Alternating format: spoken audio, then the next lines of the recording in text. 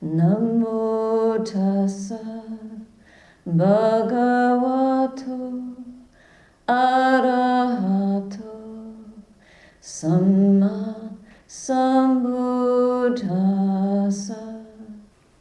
Namo tassa bhagavato arahato samma sambuddhassa. Namo tassa bhagavato arahato samma sambuddhassa. Buddhang dhammang sangham namasami.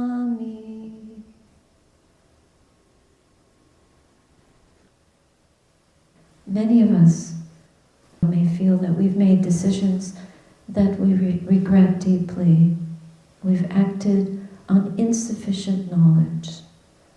We were not in a place, we were not guided. We didn't have the leadership, the training, the advice, the counsel, the resources to decide any differently. Now we know that to unnaturally end a life, our own or someone else's, even if it's legal, suicide is not, I don't think it's legal, but you don't get punished for it in this realm. But the karma of it carries on, and we have to face that.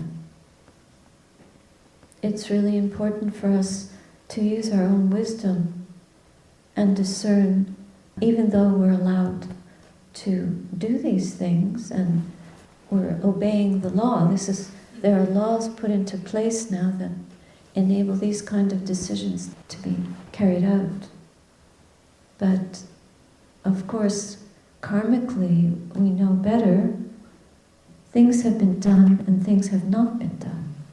And so we have to come to forgiveness. But how to forgive ourselves? We're not here to thrash ourselves. This is not helpful. In fact, one of the practices that I gave a few days ago specifically mentions that we should not indulge or repeat and allow ourselves to dwell in unwholesome states of mind, which are unsuitable, which are even dangerous. Because you could spend your whole life grieving over these things, but they're dead. The actions, the decisions, the situations, they're gone. The past is gone, it's dead. There's nothing we can do to change it. But by holding on to it and beating ourselves up, there's no one to beat up. There's no one that died. These are realizations that we have to come to. Yes, the body withered away, a karma may have been artificially shortened, but that person is not responsible for that. And we take responsibility, and then we forgive ourselves. And that gives us the strength to determine that we won't do those things again. That's what moral shame, it's called, or moral compunction, is about. And then it becomes just having that knowledge, having that realization, having that awareness that this was not a skillful choice, then we don't repeat it. In the monastic life, we make a lot of mistakes. And our Vinaya, our code of discipline, is designed. It is designed. It is built on. It relies on. The pillar of it, the foundation of it, is that act of acknowledging our unskillfulness regularly to each other, twice a month, and forgiving. Acknowledging and forgiving. Confessing. Now, confession is a word that's been tainted by other traditions, but this is not my problem.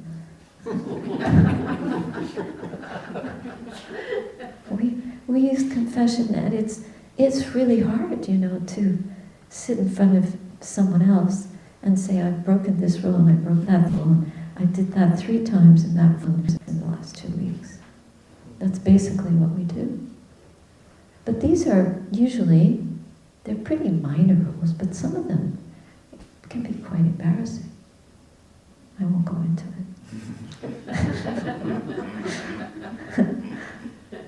and you feel ashamed. But then your sister, or if you're a monk, your brother, very kindly says to you, do you see, Venerable Sister? Do you see? Yes, Venerable, I see. Well then, restrain yourself in the future. Refrain from repeating this. That's the gist of it. I will be restrained. And then you're totally forgiven. You start all over. It's just a breathtaking system. And then, little by little, with mindfulness, you stop. You don't break live branches off trees. You're more careful when you do these things. Oh, well, you were just clearing the path, but then you see that, oh, that was a living thing. I'm not supposed to break living things off what they're living from. And you might think, that's trivial.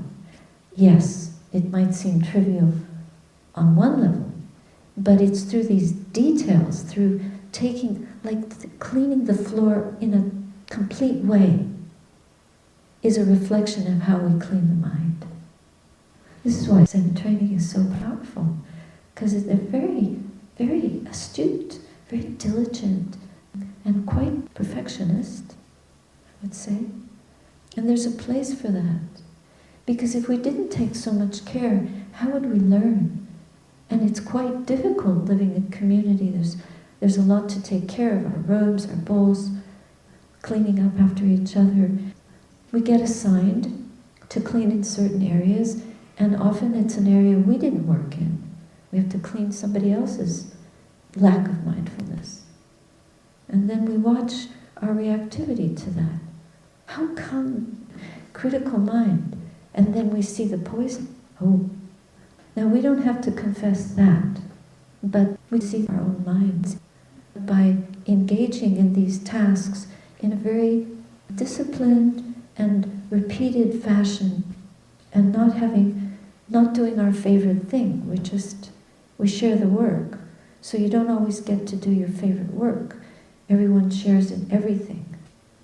Cleaning toilets, washing dishes, picking up tools. We use grease around the meditation huts to prevent the carpenter ants from getting in, and it smells very bad. It's car grease, engine grease. But the ants don't like it, so it's very effective. But then after a few weeks, it doesn't work anymore, so you have to scrape it off and put on another layer. It's a disgusting job, really.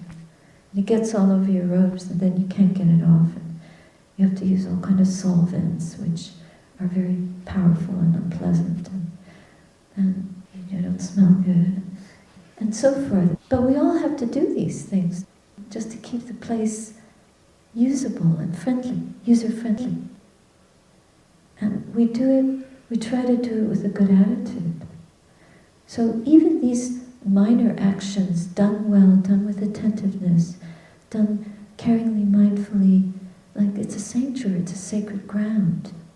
But every action that we do is sacred. That's why in a Zen monastery or a Zen retreat center, you see that every nuance of every room is cared for so beautifully. It's just a pleasure to come in and practice here. It's a reflection of how we want to care for our own minds.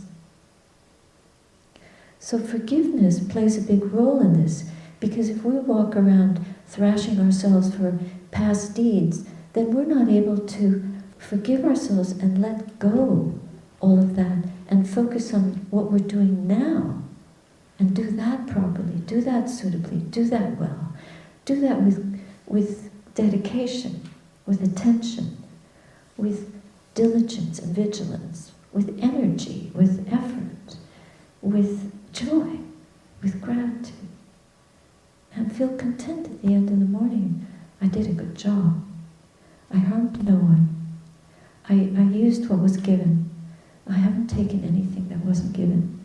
We review our precepts day by day, and we feel the joy of keeping what we've kept and repairing what we break. It's a repair job. So in life, we don't have these rituals. And so the breaks that we commit are not repaired. And the heaviness of the heart that we carry around, it's illogical. It's not even humane for us to do that. But we haven't been taught how to practice compassion for ourselves. So then when we learn that, we can just review, and the meditation inevitably will open up. Everything in our life will unroll in front of us, and we have to face it. It's a beautiful thing.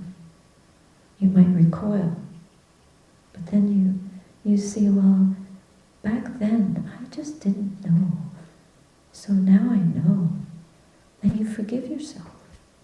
You actively forgive, and you're doing something so powerfully purifying to the heart that the most gracious and compassionate act is just to completely forgive that and begin again. Knowing that's not the path, that's not the way. Now you're on the path. You're a path finder, a path restorer, a path repairer. Day by day we repair what has been broken, and as we go deeper and deeper, we can repair old hurts, old conflicts. Now, the people that we may have hurt or have hurt us, the conflicts we may have been engaged in, the unskillful karma that we may have done, we might not be able to go back to those people and say, I forgive you, by the way, or ask them to forgive us, but we categorically forgive them. Even if they don't forgive us, we take the initiative. We don't have to write to them, report to them, and if they're dead, we just categorically, unconditionally, unequivocally, I should say, forgive them. Because it's so healing.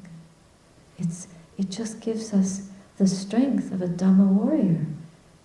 This path is just for that. It's to purify old karma and to create good new karma.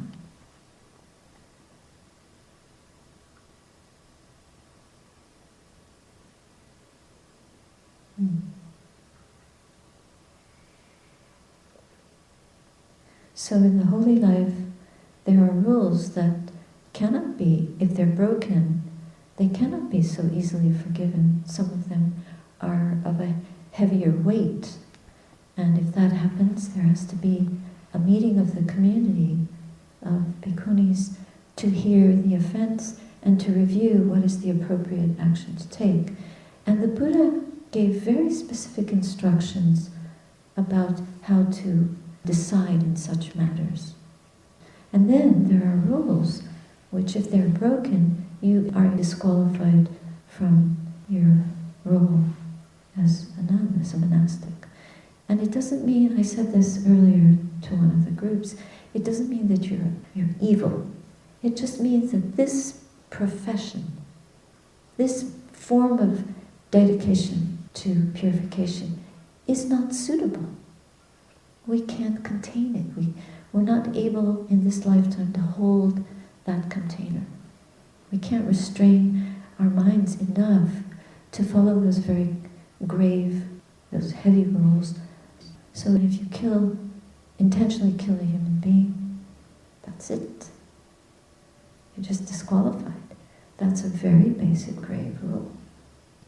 And there are a few rules like that.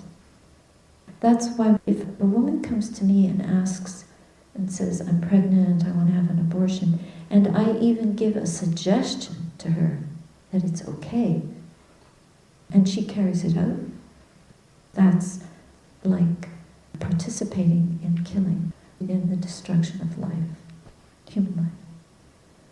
That's how serious it is. We have to be so careful what kind of advice we give people. Yeah, it's a system of training. So forgiveness is paramount, and it's such a generosity. That means that you can be a good householder, and you can repair the breaks that you've caused. There are many forms of giving, and that's such a kindness to give people a chance, another chance. Now, there are times when forgiveness doesn't mean that just because you forgive, that you then become buddies with that person. Again, that person that betrayed you, can't tell the truth, has a messy morality, doesn't keep precepts, isn't true, lies, cheats, etc. Or violates your ways of living, violates your boundaries, is abusive. You can forgive their inability to do that, but then you draw a line, you don't go and live with them. You stay away from people like that. This is the Buddha's advice. We have to hold the whole package of his advice and not take one thing out of context. Not be so naive and forgiving everyone and then enable them to do very unskillful things at the price of your well-being. No. We have to be wise. We have to navigate a path of safety for ourselves and for those that are near to us and dear to us. And that means also that you're not an enabler of other people's moral infringements. You're just saying, stop, like a red light, a traffic light. When it says stop, you stop. Put up the stop sign. So that's really how important forgiveness is. And then this kind of generosity, sometimes it requires incredible patience. You could say, I forgive you, or I forgive that person. Or you could say, I forgive myself.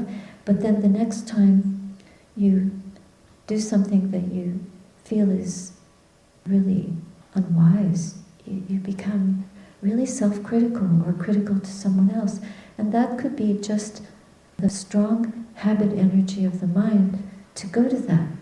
You get very enraged or angry or impatient, irritated, annoyed, stomp your feet, give up. That's not a Dhamma warrior. So there are many qualities that true forgiveness can help us cultivate. And patient endurance is one of them. So we have to be patient with our mental habits and slowly, slowly cull the ill will, the critical mind, the judgments, the pejoratives, the I'm no good, I'm this, I'm the blah, blah, on and on, the me and the mind. We have to develop our wisdom and see through what we're creating. We're creating the monster that prevents us from walking the path with clarity, with gentleness, with ease, with joy, with freedom. We put ourselves in a prison. Anger, it's like a jail. It's not a good place. We want to free ourselves from that. So that's why mindfulness is reliable. Right mindfulness, not wrong mindfulness. Wrong mindfulness is very head-based.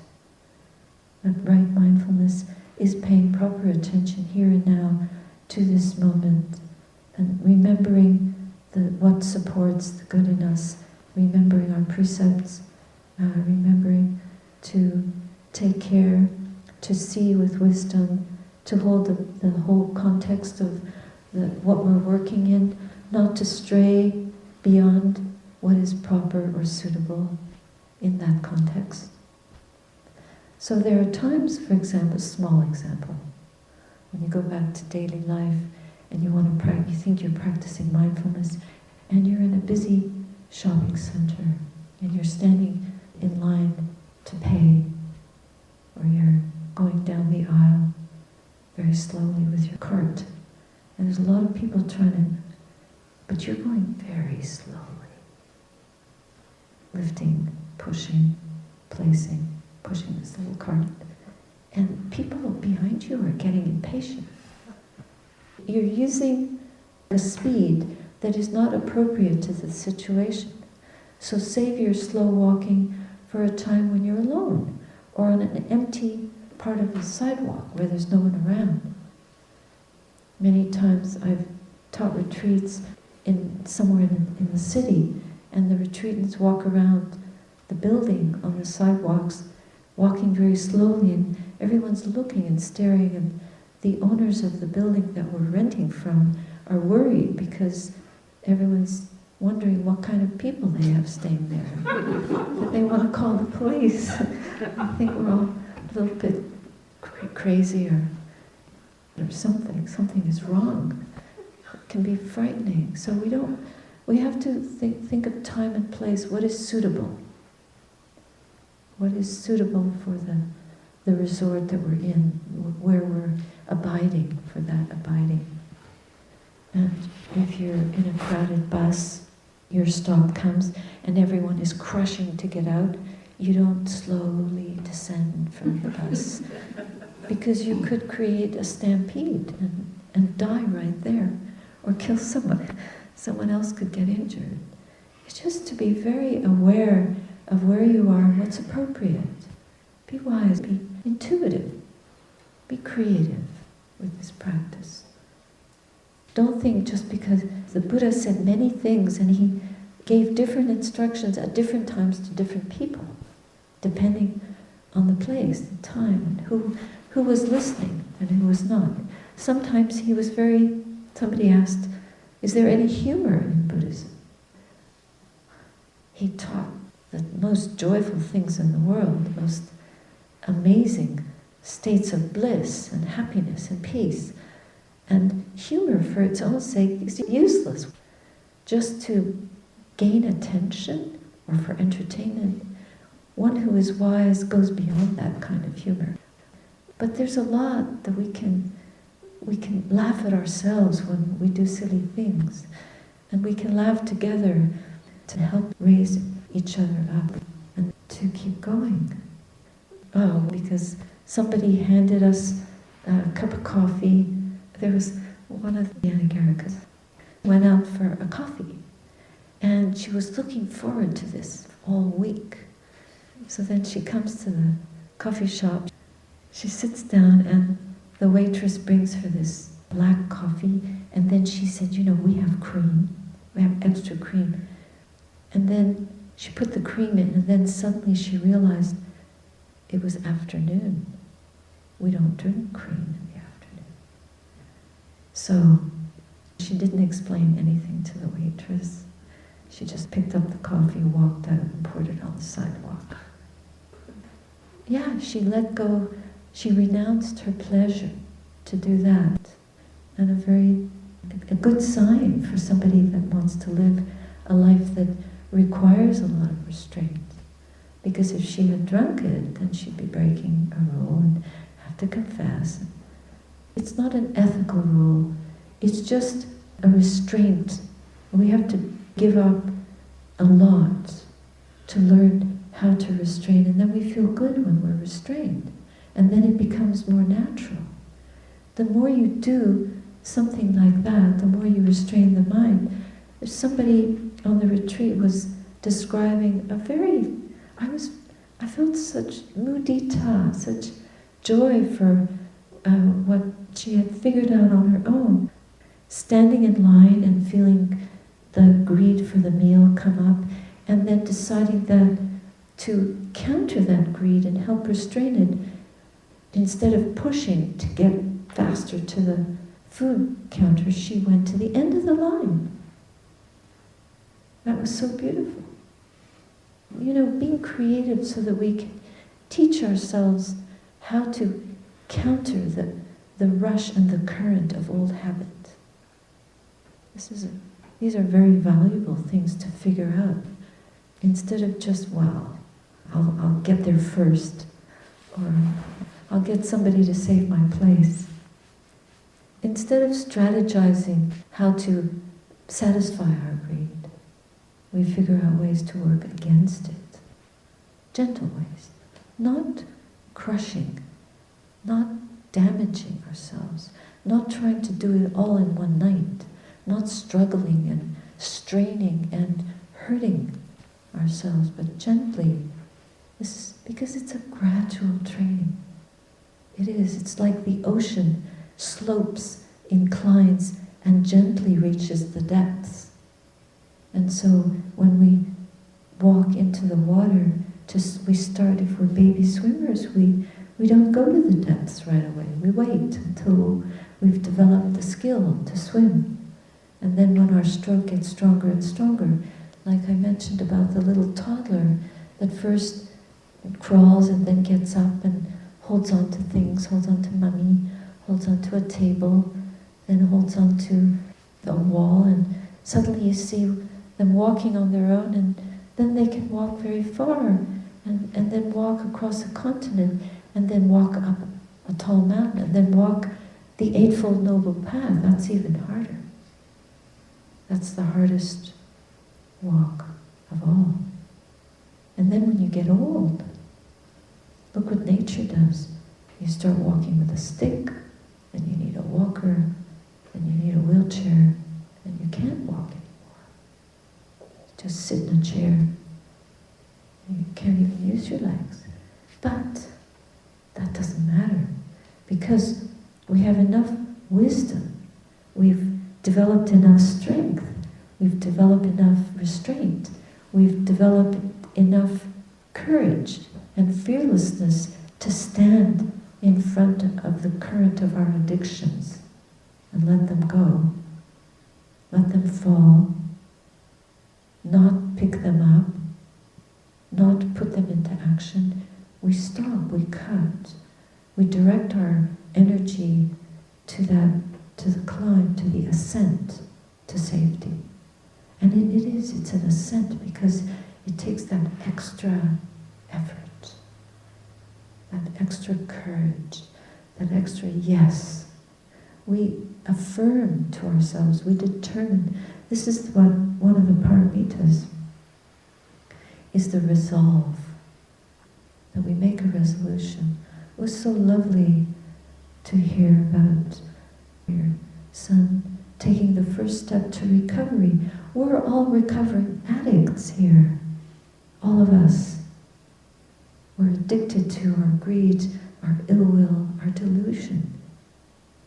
And we can't just drop it like that. We need help. We need each other.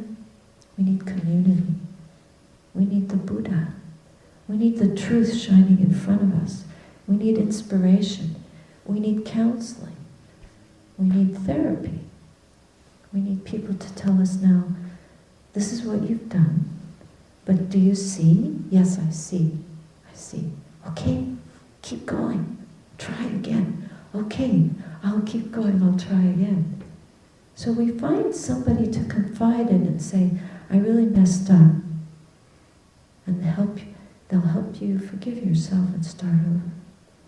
Because this path requires beginning again every single day.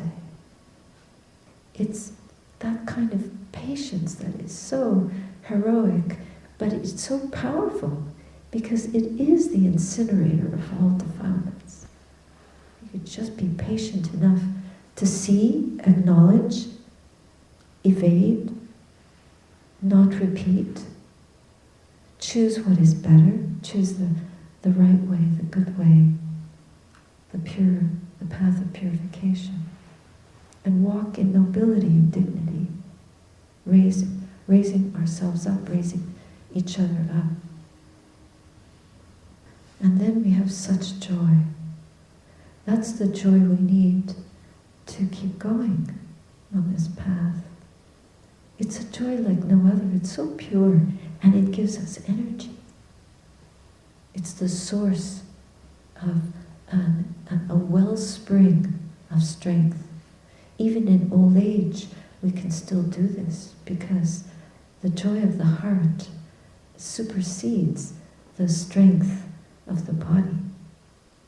You can do things that younger people can't do.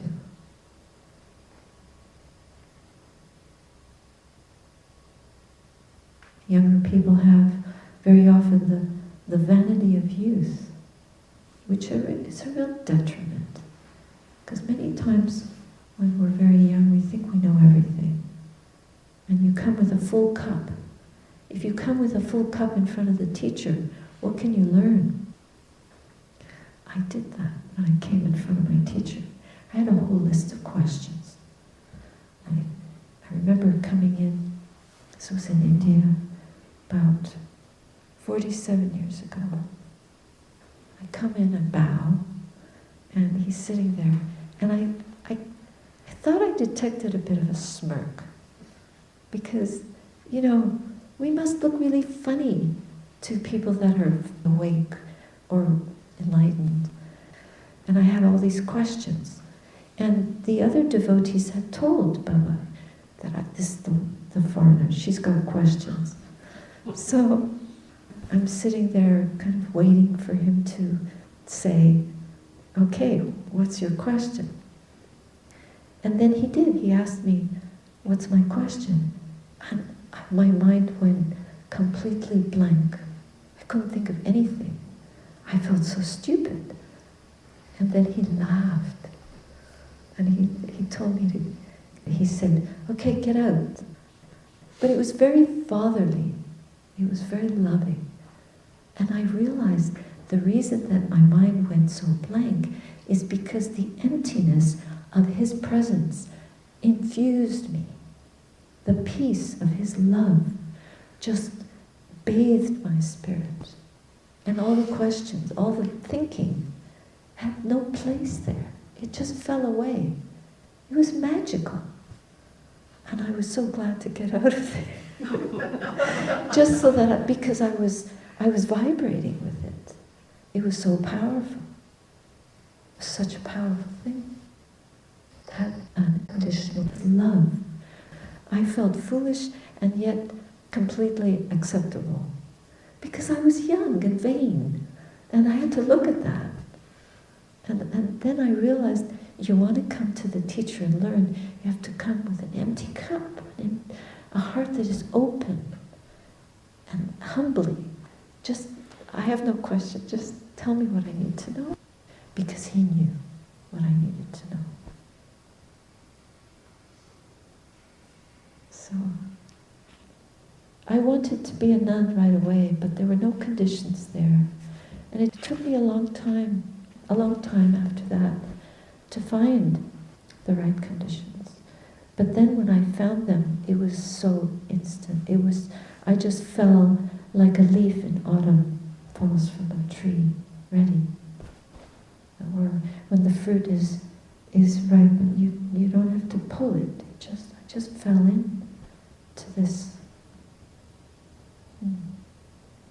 But wherever we are, whatever station we're in our life, that's our monastery, that's our temple, that's our sanctuary, that's our sacred ground. And the Buddha established the fourfold Sangha, the fourfold Parisa, a community which has 4 pillars in it. Monks, nuns, laymen, laywomen, not threefold, not twofold, not onefold, fourfold. So remember this, that you are a part of a field of merit, a field of goodness. And really to enter into that field, we have to develop certain qualities before we can work in it. We can't come in sloppy, heedless, ungrateful, disturbing the peace kind of energy. We have to be respectful and pick up some virtue, establish ourselves in some precepts so that we can restrain properly, so that we can follow the course and open the doors that this kind of path can open for us. Otherwise, it's futile. How can we be full members of this kind of assembly if we don't act according to what will support the truth in us.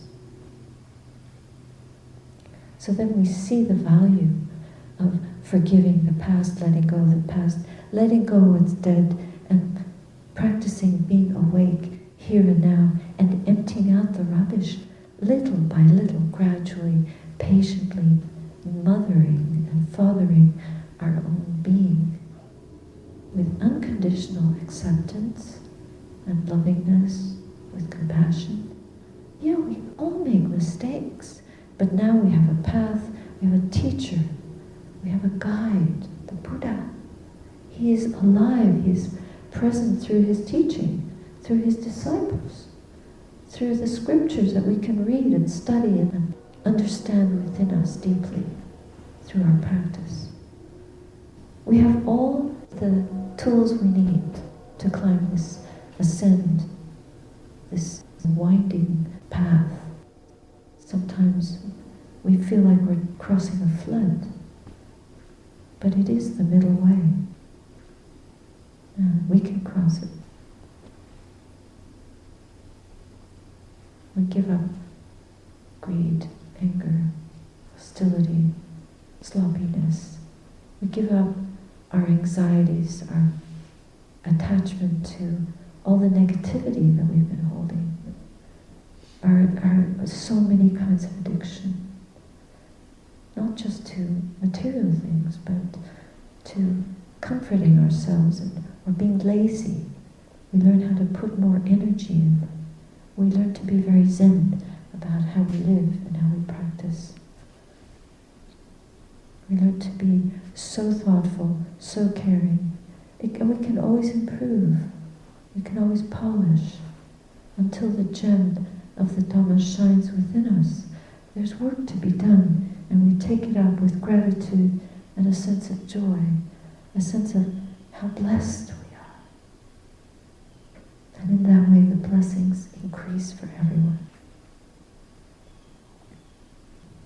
So, thank you so much for listening. Andvayam Dhammakataya Sadikaram Dadamase Sadhu